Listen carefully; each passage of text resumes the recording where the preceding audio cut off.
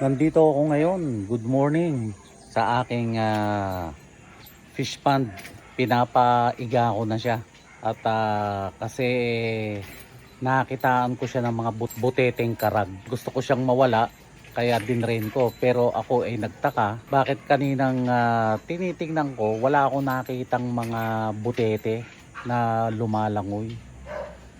Anyway, ready na siya sa second season. Second season. Ready na siya para sa bagong set ng isda. Pinag-iisipan ko kung hito o tilapia. Hello. Good morning sa lahat.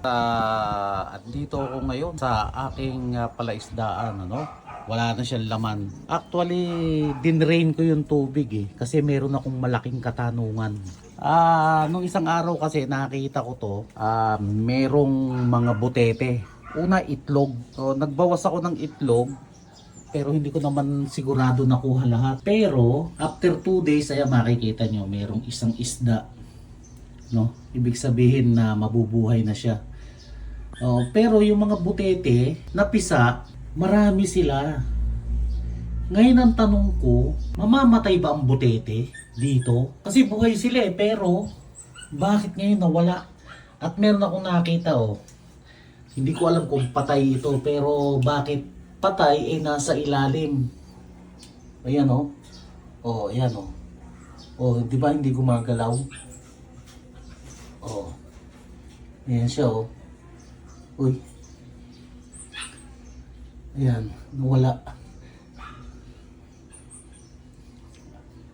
Ayan Ito Kaya sana makuha ko. Pero palagay ko patay ayan sa concrete pond. Alam nyo kaya ako idinrain ito Hindi siya buteteng okay lang kung palakang kokak At least nakakain. Buteteng siya karag. Kaya ang malaking katanungan ko ay namamatay ba ang buteteng karag?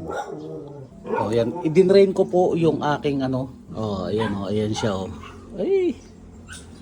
Ayan. Yan.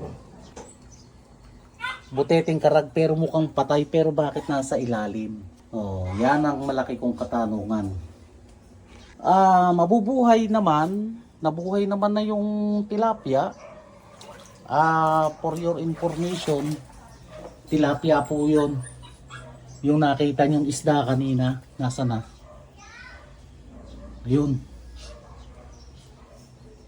Ayan, tilapia po yan. Yan, nag-iisa yan, nag-iisa. Red tilapia. No? Ayun, nakikita nyo nag-e-eddy yung yung tubig sa bandaron. Kasi mababaw na siya Ngayon, kaya ko ito idinrain dahil sa butete. Dahil sa butete. Yan butete na naman yan Ayan pero patay. Kasi hindi gumagalaw. So yan yung dahilan kaya isang malaking katanungan sa akin kung namamatay ba ang butete sa concrete pond. Namamatay ba sila? Marami to hindi ko na nga lang makita ngayon kasi hindi na gumagalaw. Hindi na sila gumagalaw. Wala na akong makita. Wala na. Kaya nga ang tanong ko, namamatay ba sila? Buhay yung mga yan dati. Nung isang araw. Kaya naisipan kong linisin ngayon dahil magre-ready na ako para sa panibagong adventure ng aking palaisdaan. Ito pala yung aking mga min. Yan yung aking mga min.